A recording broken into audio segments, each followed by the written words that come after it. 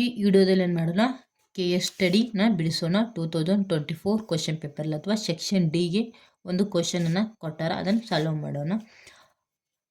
From the following trial balance of MKD company as on 31st March 2023 prepare A statement of the profit and loss account as per schedule 3 of the companies act. ಈ K S ಸ್ಟಡಿಯಲ್ಲಿ ಅವ್ರು ಏನು ಕೊಟ್ಟಾರ, ಸಿಂಪಲ್ಲಾಗಿ ಏನು ಮಾಡ್ತಾರೆ, profit and loss ಅಕೌಂಟನ್ನು prepare ಮಾಡಿದ್ರೆ MKD ಕಂಪ್ನಿದು ಏನಾಗುತ್ತೆ, ಪ್ರಾಫಿಟ್ ಆ್ಯಂಡ್ ಲಾಸ್ ಅಕೌಂಟನ್ನು ಪ್ರಿಪೇರ್ ಮಾಡಂದ್ರೆ ಅದಕ್ಕೆ ರಿಲೇಟೆಡ್ ಅಥವಾ 2023 ಏನೈತೆ ಬ್ಯಾಲೆನ್ಸ್ ಶೀಟ್ ಕೊಟ್ಟಾರ. ನೋಡ್ರಿ, ಡಿಪ್ರಿಸಿಯೇಷನ್ ಆ್ಯಂಡ್ ಪ್ರಿಮೈಸ್. ಇವಾಗ ಇದಕ್ಕಿಂತ ಮುಂಚೆ ಏನು ಮಾಡುவோಣ, ನಾವು ಪ್ರಾಫಿಟ್ ಆ್ಯಂಡ್ ಲಾಸ್ ಅಕೌಂಟ್ ಸ್ಟೇಟ್ಮೆಂಟನ್ನು ನೋಡೋ.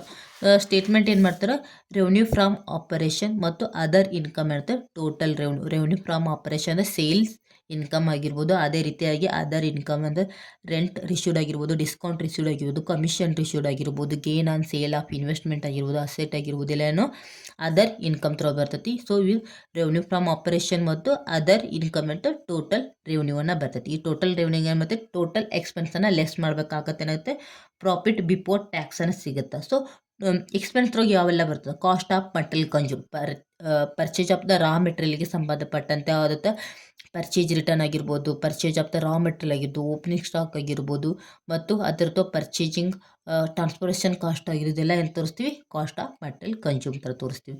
ಅದೇ ರೀತಿಗೆ ಚೇಂಜ್ ಇನ್ ಇನ್ವೆಂಟ್ರಿ ಇರ್ತೈತೆ, opening stock minus closing stock ಏನು ಮತ್ತು ಚೇಂಜ್ ಇನ್ ಇನ್ವೆಂಟ್ರಿ ಅಥವಾ ಫಿನಿಷರ್ ಗುಡ್ಸ್ ಆಗಿರ್ಬೋದು, ವರ್ಕ್ ಇನ್ ಪ್ರೋಗ್ರೆಸ್ಸನ್ನು ಬರುತ್ತೆ.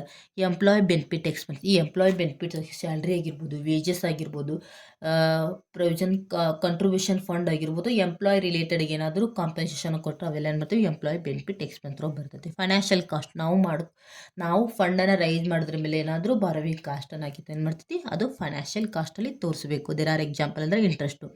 ಡಿಪ್ರಿಸಿಯೇಷನ್ ಆ್ಯಂಡ್ ಅಮೌಂಟೈಸೇಷನ್ ಅಲ್ಲಿ ತೋರಿಸ್ಬೇಕು, ಡಿಪ್ರಿಸಿಯೇಷನ್ ಆ್ಯಂಡ್ ಅಮೌಂಟೈಸೇಷನಲ್ಲಿ ಎಕ್ಸ್ಪೆನ್ಸಲ್ಲಿ ತೋರಿಸ್ಬೇಕು. ಅದೇ ರೀತಿಯಾಗಿ ಅದರ್ ಎಕ್ಸ್ಪೆನ್ಸ್, ಇದನ್ನೆಲ್ಲ ಬಿಟ್ಟು ಬೇರೆ ಎಕ್ಸ್ಪೆನ್ಸ್ ಒಳಗೆ ಏನಾದರೂ ಕೊಟ್ಟಿದ್ದ ಸ್ಟೇಷನರಿ ಆಗಿರ್ಬೋದು, ಅಡ್ವರ್ಟೈಸ್ಮೆಂಟ್ಸ್ ಆಗಿರ್ಬೋದು, ಸೆಲ್ಲಿಂಗ್ ಚಾರ್ಜ್ ಆಗಿರ್ಬೋದು, ಇವನ್ನೆಲ್ಲ ಏನು ಮಾಡ್ತೀವಿ, ಅದರ್ ಎಕ್ಸ್ಪೆನ್ಸು. ಟೋಟಲ್ ಎಕ್ಸ್ಪೆನ್ಸನ್ನು ಏನು ಮಾಡ್ತೀವಿ, ಟೋಟಲ್ ರೆವೆನ್ಯೂವನ್ನು ಕಳಿತೀವಿ, ಹಾಳಾಗೇನು ಕೊಡ್ತೈತಿ, ಪ್ರಾಫಿಟ್ ಬಿಫೋರ್ ಟ್ಯಾಕ್ಸ್ ಬರ್ತೈತಿ. ಪ್ರಾಫಿಟ್ ಬಿಫೋರ್ ಟ್ಯಾಕ್ಸ್ ನಾವು ಟ್ಯಾಕ್ಸನ್ನು ಕೊಟ್ಟರೆ ಅಂದ್ರೆ ಏನು ಮಾಡ್ತೀವಿ ನಾವು, ಪ್ರಾಫಿಟ್ ಆಫ್ಟರ್ ಟ್ಯಾಕ್ಸನ್ನು ಬರ್ತೈತಿ. ಇವಾಗ ನೋಡ್ರಿ, ಇಲ್ಲಿ ಪ್ರಾಬ್ಲಮ್ನಲ್ಲಿ ಯಾವ ಐಟಮ್ ಎಲ್ಲೆಲ್ಲಿ ಬರ್ತೈತೆ ಅನ್ನೋದು ಫಸ್ಟನ್ನು ಐಡೆಂಟಿಫೈ ಮಾಡ್ರಿ, ಅವಾಗ ಏನು ಮಾಡ್ತೀವಿ, ಈಜಿಯಾಗಿ ಕ್ಯಾಲ್ಕುಲೇಷನ್ ಬರ್ತೈತೆ. ಇವಾಗ ನೋಡಿ, ಸಿಂಪಲ್ಲಾಗಿ ಈಚೆ ಕಡೆ ಸೈಡಿ ಡಿಪ್ರಿಸಿಯೇಷನ್ ಆ್ಯಂಡ್ ಪ್ರಿಮೈಸ್. ಪ್ರಿಮೈಸ್ ಅನ್ನೋದೊಂದು ಅಸೆಟ್ ಮೇಲೆ ಡಿಪ್ರಿಸಿಯೇಷನ್ ಎಲ್ಲಿ ಬರ್ತೈತಿ, ಡಿಪ್ರಿಸಿಯೇಷನ್ ಆ್ಯಂಡ್ ಅಮೌಂಟೈಸೇಷನಲ್ಲಿ ಬರುತ್ತೆ. ಈಗ ಮಟೀರಿಯಲ್ ಕನ್ಸ್ಯೂಮ್ ಅಥವಾ ರಾ ಮಟೀರಿಯಲ್ ಕನ್ಸ್ಯೂಮ್ ಅಥವಾ ಕಾಸ್ಟ್ ಆಫ್ ಮಟೀರಿಯಲ್ ಕನ್ಸ್ಯೂಮ್ ಥ್ರೋಗ ಬರುತ್ತೆ. ಓಪನಿಂಗ್ ಸ್ಟಾಕ್ ಇರ್ತಾರ ಮತ್ತೆ ಚೇಂಜ್ ಇನ್ ಇನ್ವೆಂಟರಿ ಥ್ರೋ ಬರ್ತೈತಿ. ಬ್ಯಾಡ್ ಡೆಟ್ಸ್ ಹತ್ರ ಬರ್ತೈತಿ, ಅದರ್ ಎಕ್ಸ್ಪೆನ್ಸ್ ಥ್ರೋಗ ಬರ್ತೈತಿ. ಬೋನಸ್ ಟು ಎಂಪ್ಲಾಯ್, ಸೊ ಇಲ್ಲಿ ಬೋನಸ್ ಅನ್ನು ಯಾರಿಗೆ ಕೊಡ್ತಾ ಇದ್ರಿ, ಎಂಪ್ಲಾಯ್. ಸೊ ಇದು ಎಂಪ್ಲಾಯ್ ಬೆನಿಫಿಟ್, ಎಂಪ್ಲಾಯ್ ಏನಾಗೈತಿ, ಎಂಪ್ಲಾಯ್ ಬೆನಿಫಿಟಲ್ಲಿ ಬರುತ್ತೆ. ಇಂಟ್ರೆಸ್ಟ್ ಆನ್ ಲೋನ್ ಏನಾಗಿರ್ತೈತಿ, ಲೋನ್ ಮೇಲೆ ಇಂಟ್ರೆಸ್ಟ್ ಚಾರ್ಜ್ ಹತ್ರ ಬರ್ತೈತಿ, ಫೈನಾನ್ಸ್ ಕಾಸ್ಟಲ್ಲಿ ಬರುತ್ತೆ. ಅದೇ ರೀತಿ ಡಿಪ್ರಿಸಿಯೇಷನ್ ಆ್ಯಂಡ್ ಮಷಿನರಿಯಲ್ಲಿ ಬರ್ತೈತಿ, ಡಿಪ್ರಿಸಿಯೇಷನ್ ಆ್ಯಂಡ್ ಅಮೌಂಟೈಸೇಷನಲ್ಲಿ ಬರ್ತೈತಿ. ಕನ್ವೆನ್ಸಿ ಅಂದ್ರೆ ಟ್ರಾನ್ಸ್ಪೋರ್ಟೇಷನ್ ಕಾಸ್ಟ್, ಅದನ್ನ ಎಲ್ಲಿ ತೋರಿಸ್ತೀವಿ, ಅದರ್ ಎಕ್ಸ್ಪೆನ್ಸಲ್ಲಿ ತೋರಿಸ್ತೀವಿ. Loss and sale of machineries, loss and sale of machineries ಏನು ಮಾಡ್ತೀವಿ ನಾವು, ಅದರ್ ಎಕ್ಸ್ಪೆನ್ಸಲ್ಲಿ ತೋರಿಸ್ತೀವಿ. ಸೇಲ್ಸ್ ರಿಟರ್ನ್ ನೋಡಿವಿ, ಏನಾಗೈತಿ, ಸೇಲ್ಸ್ ರಿಟರ್ನ್ ಆಲ್ರೆಡಿ ಏನಾಗೈತಿ ಸೇಲ್ಸ್, ಈ ಸೇಲ್ಸಲ್ಲಿ ಏನು ಮಾಡ್ತೀವಿ ನಾವು, ಸೇಲ್ಸ್ ರಿಟರ್ನ ಲೆಸ್ಸನ್ನು ಮಾಡಬೇಕಾಗುತ್ತೆ. ಇದ್ರಾಗೈತಿ ರೆವೆನ್ಯೂ ಫ್ರಮ್ ಆಪರೇಷನ್ ಬರ್ತೈತಿ.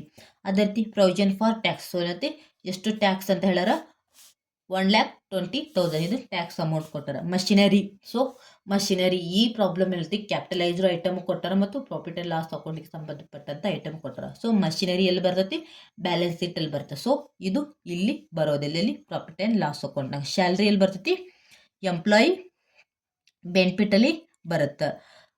ಪ್ರೊವಿಷನ್ ಫಂಡ್ ಕಾಂಟ್ರಿಬ್ಯೂಷನ್ ಹತ್ರ ಬರ್ತೈತಿ, ಎಂಪ್ಲಾಯ್ ಬೆನಿಫಿಟ್ ಒಳಗೆ ಬರ್ತೈತಿ. ಪ್ರಿಮೈಸ್ ಏನು, ಅಸೆಟ್, ಸೊ ಇದು ಕ್ಯಾಪಿಟಲೈಸ್ ಐಟಮ್, ಇಲ್ಲಿ profit and loss account. But ಅದ್ರ ಮೇಲೆ ಡಿಪ್ರಿಸಿಯೇಷನ್ ಮಾತ್ರ ಏನ್ಬೋದು, ಪ್ರಾಫಿಟ್ ಆ್ಯಂಡ್ ಲಾಸ್ ಅಕೌಂಟ್ ಅದ್ರ ವ್ಯಾಲ್ಯೂವನ್ನು ತೋರಿಸೋದಿಲ್ಲ. ಅದೇ ರೀತಿ ಕಂಪ್ಯೂಟರ್ ಅನ್ನೋದೊಂದು ಅಸೆಟ್ ಆಗಿರ್ತೈತಿ, ಇದನ್ನು ಸಹ ಏನು ಬರ್ತೈತೆ, ಇಲ್ಲಿ ಬರೋದಿಲ್ಲ. ಇನ್ಶೂರೆನ್ಸ್ ಐತಿ, ಅದರ್ ಎಕ್ಸ್ಪೆನ್ಸ್ ಒಳಗೆ ಬರುತ್ತೆ.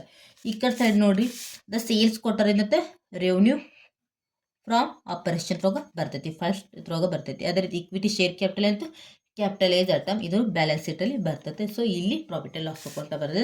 ಔಟ್ಸ್ಟ್ಯಾಂಡಿಂಗ್ ವೇಜಸ್ ಏನಾಗಿತ್ತು, ಇಲ್ಲಿ ಇದನ್ನೇನು ಮಾಡ್ತದೆ ಅದರ್ ಎಕ್ಸ್ಪೆನ್ಸ್ರೊಳಗೆ ತೋರಿಸ್ಬೇಕು. ಸೊ ಅದರ್ ಎಕ್ಸ್ಪೆನ್ಸ್ರೊಳಗೆ ಇರ್ತೈತಿ ಔಟ್ಸ್ಟ್ಯಾಂಡಿಂಗ್ ವೇಜಸನ್ನು ಬರ್ತೈತಿ. ಇವಾಗ ನೋಡಿರಿ ನಾವೇನು ಮಾಡ್ತೈತಿ ಇಲ್ಲಿ ಮೋರ್ ದೆನ್ ಒನ್ ಐಟಮ್ ಇರ್ತೈತೆ ಕಂಪಲ್ಸರಿ ಏನಾಗಿರ್ತೈತಿ ನೋಟನ್ನು ಮಾಡಬೇಕಾಗತ್ತೆ. ಫಸ್ಟ್ ಒಂದು ನೋಟ್ ಅಂತ revenue from operation. Revenue from operation normal ಆಗಿ ಏನು ಬರ್ತೈತಿ ಸೇಲ್ಸ್. ಸೊ ಎಷ್ಟೈತಿ ಸೇಲ್ಸ್ ರುಪೀಸ್ 24,80,000. 24,80,000 ಇದರಲ್ಲಿ ಏನು ಲೆಸ್ ಮಾಡಿಸ್ಬೇಕು ಸೇಲ್ಸ್ ರಿಟರ್ನನ್ನು ಲೆಸ್ ಮಾಡಬೇಕು. ಎಷ್ಟು ಬಂದೈತಿ 80,000 ಲೆಸ್ ಸೇಲ್ಸ್ ರಿಟರ್ನ್ ಎಷ್ಟು ಬಂದೈತಿ ರುಪೀಸ್ 80,000. ಸೊ 20,80,000 ರೋಗ 80,000 ಕಳೀರಿ ಎಷ್ಟು ಬರ್ತೈತಿ 20 lakh ಬರುತ್ತೆ. ಸೊ ಇದು ರೆವೆನ್ಯೂ ಫ್ರಾಮ್ ಆಪರೇಷನ್. ಟೋಟಲ್ ಎಷ್ಟು ಬಂತು ರೆವೆನ್ಯೂ ಫ್ರಾಮ್ ಆಪರೇಷನ್. ಈಗ ಫಾರ್ಮೆಟಿಗೆ ಬರೀ ನೋಟ್ ನಂಬರ್ 1 ಅಂತ ಕೊಟ್ಟು ಎಷ್ಟು ಅಮೌಂಟನ್ನು ಬಂದೈತಿ 20 lakh. ಅದರಲ್ಲಿ ಸೇಲ್ಸನ್ನು ಲೆಸ್ ಮಾಡಿವಿ. ಸೊ ಅದರ್ ಇನ್ಕಮ್ಗೆ ಯಾವುದಾದ್ರೂ ಸಂಬಂಧ ಕೊಟ್ಟಾರ ಇಲ್ಲಿ ಇಲ್ಲ. Other income ಯಾವಿಲ್ಲ. ಸೊ ಇಲ್ಲಂತ ತೋರಿಸ್ರಿ. ಸೊ ಅವಾಗ ಟೋಟಲ್ ರೆವೆನ್ಯೂ ಎಷ್ಟಾಗುತ್ತೆ 20 lakh.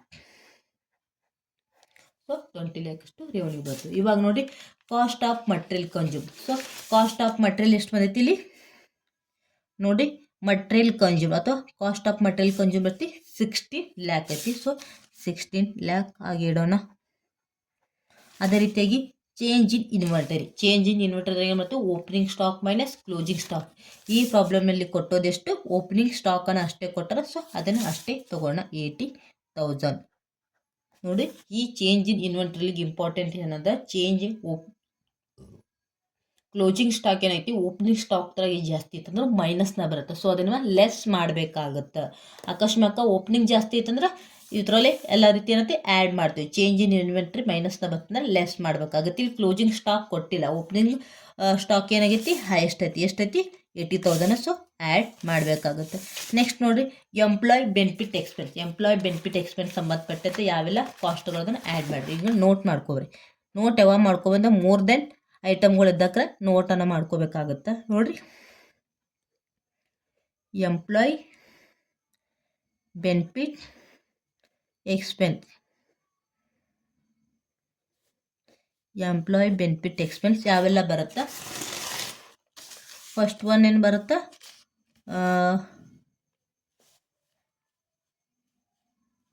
ಸ್ಯಾಲರಿ.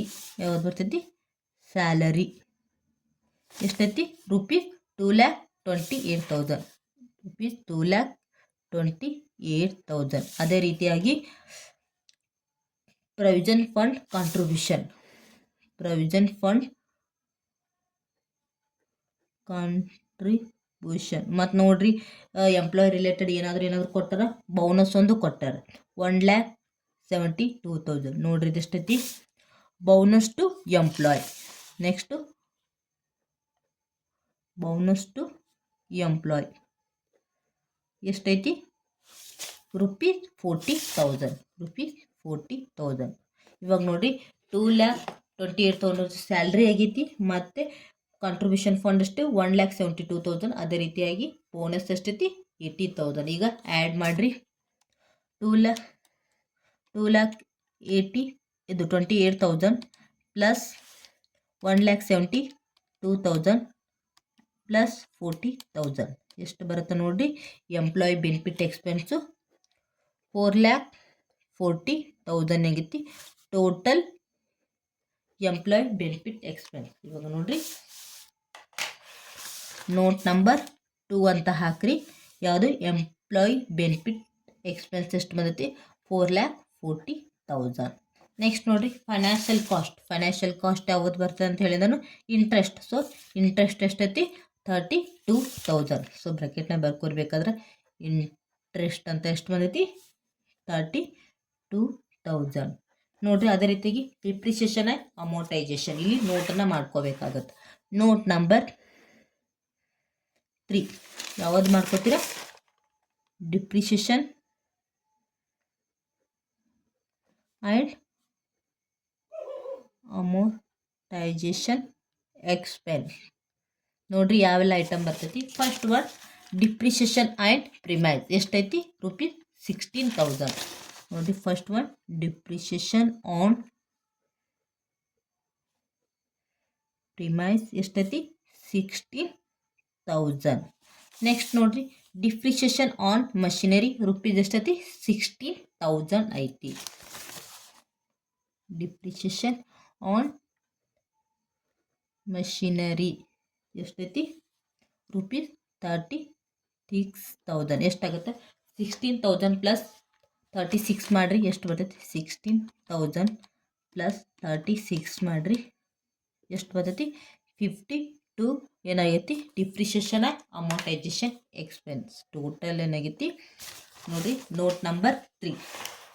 ನೋಟ್ ನಂಬರ್ 3 ಏನು ಡಿಪ್ರಿಷಿಯೇಷನ್ ಅಮೌಂಟೈಜೇಷನ್ ಎಷ್ಟೈತಿ ಬಂದೈತಿ 52,000. ನೆಕ್ಸ್ಟ್ ನೋಡಿರಿ ಅದರ್ ಎಕ್ಸ್ಪೆನ್ಸ್.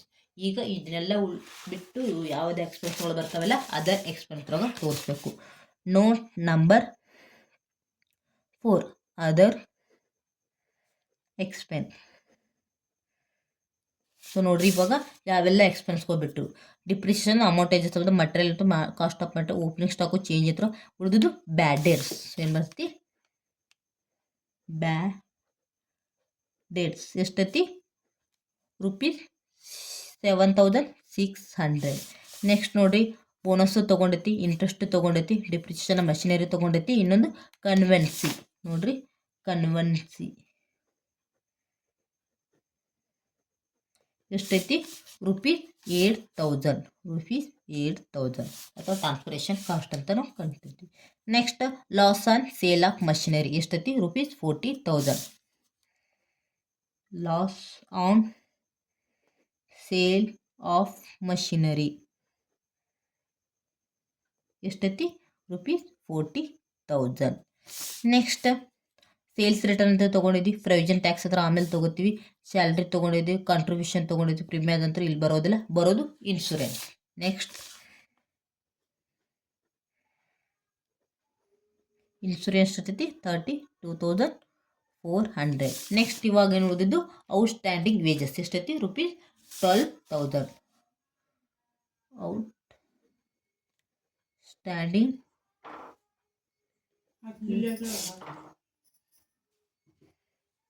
Wages rupees 12,000. ನೋಡ್ರಿ ಇವಾಗ ಬ್ಯಾಡರ್ಸ್ ಎಷ್ಟು ಬಂತು 7,600, ಕನ್ವೆನ್ಸ್ ಎಷ್ಟೈತಿ 8,000, loss on sale of machinery ಎಷ್ಟು ಬಂತು 40,000, ಅದೇ ರೀತಿ ಇನ್ಶೂರೆನ್ಸ್ ಎಷ್ಟು 32,400, ಔಟ್ಸ್ಟ್ಯಾಂಡಿಂಗ್ ವೇಜಸ್ 32. ಸೊ ಇವಾಗ ನೋಡ್ರಿ ಇದರಲ್ಲಿ ಯಾವ್ದಾರ ಐಟಮ್ ಮಿಸ್ ಆಗೈತಾ ಸೊ ಯಾವ ಐಟಮು ಮಿಸ್ ಆಗಿಲ್ಲ. ಕ್ಯಾಪಿಟಲೈಸ್ ಐಟಮ್ ಮಾತ್ರ ಏನು ಮಾಡ್ತೀವಿ ಪ್ರಾಫಿಟ್ ಆ್ಯಂಡ್ ಲಾಸ್ ಅಕೌಂಟ್ ಇರ್ತದೆ. ಪ್ರಾಫಿಟ್ ಆ್ಯಂಡ್ ಲಾಸ್ ಅಕೌಂಟಿಗೆ ಸಂಬಂಧಪಟ್ಟಂತೆ ಯಾವ ಐಟಮ್ ಮಿಸ್ ಆಗಿದ್ದಿಲ್ಲ. ಈ ಮಷಿನರಿ ಆಗಿರ್ಬೋದು ಪ್ರಿಮೈಸ್ ಆಗಿರ್ಬೋದು ಕಂಪ್ಯೂಟರ್ ಆಗಿರ್ಬೋದು ಈಕ್ವಿಟಿ ಶೇರ್ ಕ್ಯಾಪಿಟಲ್ ಇವೆಲ್ಲ ಕ್ಯಾಪಿಟಲ್ ಐಟಮ್ ಆಗಿರೋ ಪ್ರಾಫಿಟ್ ಆ್ಯಂಡ್ ಲಾಸ್ ಅಕೌಂಟ್ ಇದು ಬ್ಯಾಲೆನ್ಸ್ ಶೀಟಲ್ಲಿ ತೋರಿಸ್ತೀವಿ ಪ್ರಾಫಿಟ್ ಆ್ಯಂಡ್ ಲಾಸ್ ಅಕೌಂಟಲ್ಲಿ ತೋರಿಸೋದಿಲ್ಲ. ಇವಾಗ ಇದನ್ನೆಲ್ಲ ಟೋಟಲ್ ಮಾಡಿರಿ 7,600 plus 8,000 plus 40,000 plus 32,400 plus 12,000. So other expense ಎಷ್ಟು ಬಂತು 1 lakh. 1 lakh ಎಷ್ಟು ಟೋಟಲ್ ಅದರ್ ಎಕ್ಸ್ಪೆನ್ಸ್. ಈಗ ನೋಟ್ ನಂಬರ್ 4 ಎಷ್ಟು ಅದರ್ ಎಕ್ಸ್ಪೆನ್ಸ್ ಎಷ್ಟು ಬಂತು 1 lakh. ಇವಾಗ ಟೋಟಲ್ ಎಕ್ಸ್ಪೆನ್ಸನ್ನು ಆ್ಯಡ್ ಮಾಡಿರಿ. ಕಾಸ್ಟ್ ಆಫ್ ಮಟೀರಿಯಲ್ ಕನ್ಸ್ಯೂಮ್ಡ್ ಎಷ್ಟೈತಿ 16 lakh ಐತಿ. ಚೇಂಜ್ ಇನ್ ಇನ್ವೆಂಟ್ರಿ 80,000 ಐತಿ. ಎಂಪ್ಲಾಯ್ ಬೆನಿಫಿಟ್ 4 lakh 40,000 ಐತಿ. ಫೈನಾನ್ಷಿಯಲ್ ಕಾಸ್ಟ್ 32,000 ಐತಿ. ಡಿಪ್ರಿಷಿಯೇಷನ್ ಕಾಸ್ಟ್ ಐತಿ 52,000 ಐತಿ. ಅದರ್ ಎಕ್ಸ್ಪೆನ್ಸ್ ಎಷ್ಟೈತಿ 1 lakh. ಇವಾಗ ಆ್ಯಡ್ ಮಾಡಿ ನೋಡಿರಿ 16 lakh plus 80,000 plus 4,40,000 32,000 plus 52,000 plus 1 lakh ಎಷ್ಟು ಬಂತು 30,04,000. ಎಷ್ಟು ಟೋಟಲ್ ಎಕ್ಸ್ಪೆನ್ಸ್ ಎಷ್ಟಿತ್ತು 23,04,000. ಇದು ಟೋಟಲ್ ಎಕ್ಸ್ಪೆನ್ಸ್. ಟೋಟಲ್ ಎಕ್ಸ್ಪೆನ್ಸ್ ಎಷ್ಟು ಬಂತು 23,04,000. ಇವಾಗ ಏನು ಮಾಡಿರಿ ಪ್ರಾಫಿಟ್ ಬಿಫೋರ್ ಟ್ಯಾಕ್ಸನ್ನು ಕ್ಯಾಲ್ಕುಲೇಷನ್ ಮಾಡ್ಬೇಕಂದ್ರೆ ಟೋಟಲ್ ರೆವೆನ್ಯೂ ತ್ರೋಗ ಟೋಟಲ್ ಎಕ್ಸ್ಪೆನ್ಸನ್ನು ಲೆಸ್ ಮಾಡಿರಿ. ಟೋಟಲ್ ರೆವೆನ್ಯೂ ಎಷ್ಟೈತಿ 4,00,000 ಮೈನಸ್ ಎಕ್ಸ್ಪೆನ್ಸ್ ಎಷ್ಟೈತಿ 23,400. ಇವಾಗ ಸೊ ಪ್ರಾಫಿಟ್ ಬಿಫೋರ್ ಟ್ಯಾಕ್ಸ್ ಎಷ್ಟು ಬತ್ತು ನೋಡಿರಿ 24,00,000 ಮೈನಸ್ 23,04,000 ಎಷ್ಟು ಬರ್ತೈತಿ 96,000 ಏನಾಗೈತಿ ಪ್ರಾಫಿಟ್ ಬಿಫೋರ್ ಟ್ಯಾಕ್ಸ್. ಸೊ ಇಲ್ಲಿ ಐತಿ ಟ್ಯಾಕ್ಸ್ ಎಕ್ಸ್ಪೆನ್ಸ್ ಏನಾದರೂ ಕೊಟ್ಟಾರ ಅಥವಾ ಟ್ಯಾಕ್ಸ್ ರೇಟ್ ಏನಾದ್ರು ಕೊಟ್ಟಾರ ನೋಡ್ರಿ. ಪ್ರಾಬ್ಲಮ್ದಾಗ ಏನೈತಿ ಪ್ರೊವಿಷನ್ ಫಾರ್ ಟ್ಯಾಕ್ಸ್ ಎಷ್ಟೈತಿ 1,20,000. ಈಗ 1,20,000 ಏನೈತಿ ಸೊ ಇರ್ತೈತಿ ಎಷ್ಟು ಮತ್ತು 24,00,000ನಾಗ 23,04,000 ಕಳೆದ್ರೆ 96,00,000 ಬರುತ್ತೆ. ಅದೇ ರೀತಿಯಾಗಿ ಟ್ಯಾಕ್ಸ್ ಪ್ರೊವಿಷನ್ ಎಷ್ಟು ಕೊಟ್ಟಾರ ನೋಡ್ರಿ ಇಲ್ಲಿ ಪ್ರಾವಿಷನ್ ಫಾರ್ ಟ್ಯಾಕ್ಸ್ ಐತಿ 1,20,000. ಈಗ 1,20,000 ಈಗ 1,20,000 ಎಂಬುದು 96,000 ಕಳೆದ್ರೆ ಏನೈತಿ ಮೈನಸ್ನ ಬರುತ್ತೆ. ಸೊ ಅವಾಗ ಏನಾಗೈತಿ ಲಾಸ್ ಆಫ್ಟರ್ ಟ್ಯಾಕ್ಸ್ ಎಷ್ಟು ಬರ್ತೈತಿ ಈಗ 96,000ದಾಗ ಮೈನಸ್ 1,20,000 ಕಳೀರಿ ಎಷ್ಟು ಬರುತ್ತೆ ಮೈನಸ್ 24,000 ಏನೈತಿ ಲಾಸ್ ಆಫ್ಟರ್ ಟ್ಯಾಕ್ಸ್ ಏನೈತಿ ಲಾಸನ್ನು ಬಂದೈತಿ. ಆಫ್ಟರ್ ಟ್ಯಾಕ್ಸ್ ಮಾಡ್ತಾವ್ದನ ಎಷ್ಟು ಬಂದೈತಿ 24,000. ಇಲ್ಲಿ ಲಾಸನ್ನು ಬಂದೈತಿ ಫಾರ್ಮೆಟ್ನ ಪ್ರಾಫಿಟನ್ನು ಹಚ್ಕೊಂಡಿದ್ವಿ. ಇಲ್ಲಿ ಲಾಸ್ ಫಾರ್ ಯಾಕೆ ಬಿಕಾಸ್ ಏನಾಗೈತಿ ಇಲ್ಲಿ ಪ್ರಾಫಿಟ್ ಇಷ್ಟು 96,000 ಏನಾಗೈತಿ ಎಕ್ಸ್ಪೆನ್ಸ್ ಟ್ಯಾಕ್ಸ್ ಏನಾಗಿತ್ತು 1,20,000 ಸೊ ಮೈನಸ್ದಾಗ ಬಂದೈತಿ. ಇದು 24,000 ಇತ್ತು ಲಾಸ್ ಆಫ್ಟರ್ ಟ್ಯಾಕ್ಸನ್ನು ಬಂದೈತಿ. ಇಷ್ಟು ನಿಮ್ಗೆ ಏನೈತಿ KS ಸ್ಟಡಿಯಲ್ಲಿ ಏನು ಮಾಡ್ಯಾರ 10 ಮಾರ್ಕಿ ಕ್ವಶನನ್ನು ಕೇಳ್ಯಾರ. ಪ್ರಾಫಿಟ್ ಆ್ಯಂಡ್ ಲಾಸ್ ಅಕೌಂಟ್ ಯಾವ ರೀತಿ ರೋನಿ ತೊಗೋಬೇಕು ಅದರು ಎಕ್ಸ್ಪೆನ್ಸು ಮತ್ತು ಪ್ರಾಫಿಟ್ ಬಿಫೋರ್ ಟ್ಯಾಕ್ಸು ಅದ್ರಾಗ ಟ್ಯಾಕ್ಸ್ ಕಳೆದ್ರೆ ಲಾಸ್ ಆಫ್ಟರ್ ಟ್ಯಾಕ್ಸ್ ಬರುತ್ತೆ. ಸೊ ಅದೇ ರೀತಿ ಇಲ್ಲಿ ವರ್ಕ್ ನೋಟನ್ನು ಮಾಡ್ಕೊಂಡಿದ್ವಿ. First one revenue from operation, second one employee benefit expense, depreciation and amortisation other expense ಇಷ್ಟೇನು ಮಾಡಿದೆವು ನೋಟನ್ನು ಬಿಡಿಸ್ಕೊಂಡಿದ್ವಿ. ಈ ರೀತಿ ಏನೈತಿ ಪ್ರಾಫಿಟ್ ಆ್ಯಂಡ್ ಲಾಸ್ ಅಕೌಂಟನ್ನೇ ಬಿಡಿಸಿದ್ವಿ.